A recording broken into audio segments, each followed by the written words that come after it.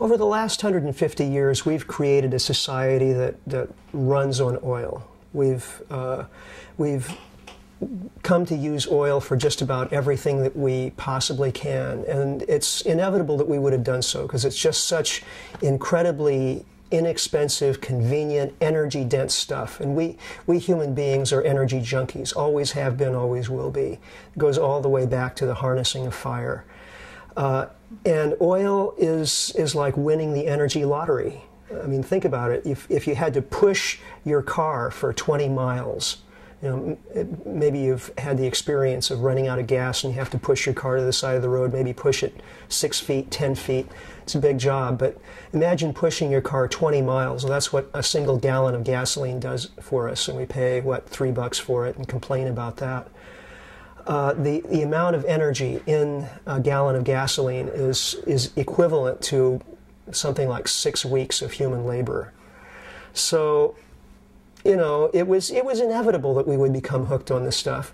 And so we've created planes, trains, and automobiles, and plastics, and petrochemicals, and everything else that makes modern life what it is. The problem, of course, is that oil is a non-renewable resource. So even when we first started using the stuff, we knew that eventually we'd run out. We thought that would be in a long time, but and actually we're not about to literally run out. But the problem is that the cheap, easy stuff is gone. We've picked the low-hanging fruit. Discoveries of new oil peaked right around 1963-64. I remember 1964, that was the year the Beatles appeared on Ed Sullivan's show. So that was a long time ago.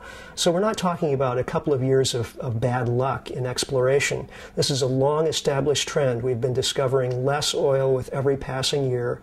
It's at the point now where we're extracting and using about 4 or 5 barrels of oil for every one that we discover.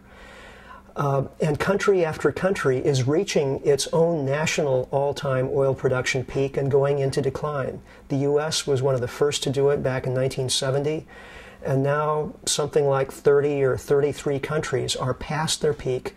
And so we just have a very few countries that are still able to increase their rate of production on a yearly basis to make up for those declines, for all that depletion in those past peak countries.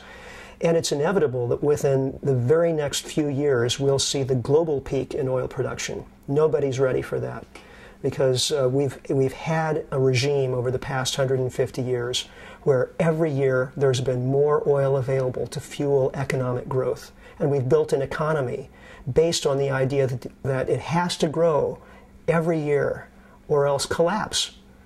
So soon the economy won't be able to grow, and all signs are that we may be facing a kind of global economic collapse because of peak oil.